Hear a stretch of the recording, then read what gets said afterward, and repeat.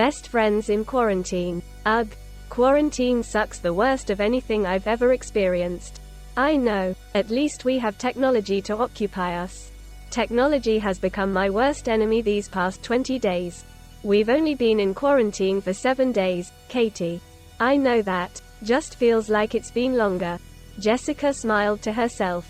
Katie always had a flair for the dramatic side of things.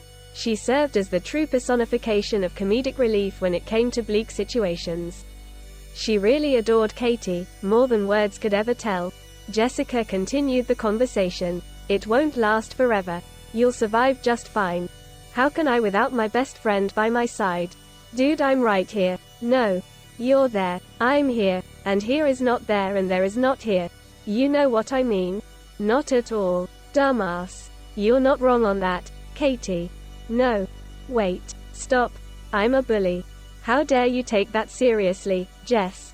No. Bad. Wouldn't it be easier to just talk on the phone instead of texting? No. Talking on the phone is barbaric. Our ancestors would want us to use modern technology for communicative purposes. We were born before texting was invented, dude. Nevertheless, no phone calls for me, mom. Alright. Fine. What do you want to talk about over text, then? Katie waited a few minutes to think before she replied. How about we play the favorites game? Favorites game? Yup. We ask and say each other's favorite things. But we already know all of each other's favorite things. Yeah, that's the beauty of it. Proving how much we know each other. Oh. Okay, I get it now. Jessica thought of a few starting answers that she knew would get him to text back and forth for hours. Your favorite color is purple. And yours is green. What's my favorite animal? Easy. Red panda. What's mine? Easier. Dog. Specifically a Tibetan Mastiff. You're good. Thanks. I try. The girls went on listing each other's favorite things, never missing a beat or guessing incorrectly. Their conversation extended over hours, just as Jessica had hoped it would. Eventually, the girls arrived at the serious topics.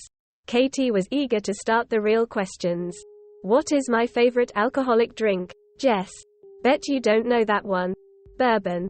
Damn. I stand corrected. Yours is wine because you're lame and don't drink anything else. Correct. You are. Lol. Okay, Yoda. Who is my favorite person? Obviously it's your mom. You love her so much. Yes, I certainly do. You are right. Your favorite person. Katie paused for a moment. She didn't know the answer to that question for Jessica. Maybe Jessica doesn't have a favorite person, she thought to herself, or I guess I'll find out now. Actually, I don't think I know this about you. Who is your favorite person? Jessica paused, staring at her phone. This could be her chance to finally say what she really thinks. Her heart was in her throat and the color of tomatoes ambushed her ears.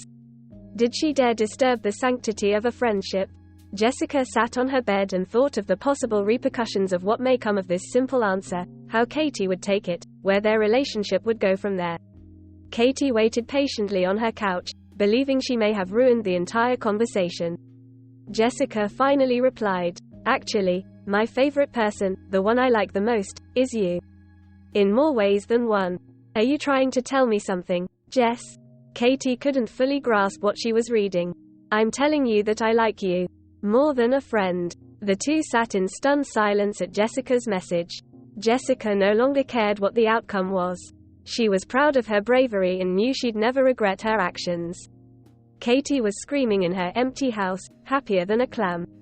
You want to go out? Katie asked. Like on a real date? I'll be really ladylike for you. Hell yes, dude. You better take me someplace fancy, though. I expect lots of expensive wine. Jess, I'm almost broke. You'll get mediocre wine and like it anyway. You're not wrong. Relief washed over their shores. They texted for hours more, playfully arguing over where they'd go for dinner and what movie they'd both enjoy. After a long while, Katie's mind lit up with an idea. Screw the quarantine. You want to come over and watch a movie at my place? Yeah, sure. When? Now. But what about the virus? Neither of us have it. We both tested negative, we're completely fine. And it's not like you're going to encounter any other people on your way. You'll be driving, but it's almost midnight and you live an hour and a half away. It was only a suggestion.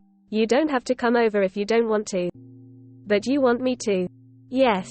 But I don't have to. Exactly. It's up to you. Jessica once again had to contemplate an action. Did she dare to go against government order to stay inside unless absolutely necessary? Jessica did want to go see Katie quite badly. And after all, she already disturbed the universe once. What harm would it do? She thought. Okay. I'll be there in about 2 hours and 30 minutes. Yay. I'm so excited. Jessica started her first date routine. She grabbed a glass of wine, put out her 2 red dresses and cropped red sweater to decide on later, and hopped in the shower. Katie had a routine of her own that consisted of snacking on almonds and staring at her full closet for 15 minutes.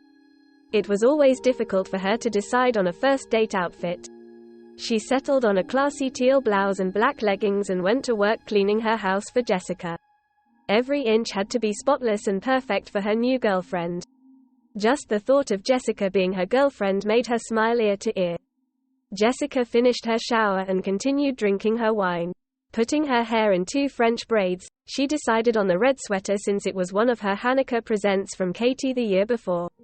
Jessica hummed as she got dressed with black jeans and her good luck charm, a necklace with a chrysanthemum pendant her mom had given her.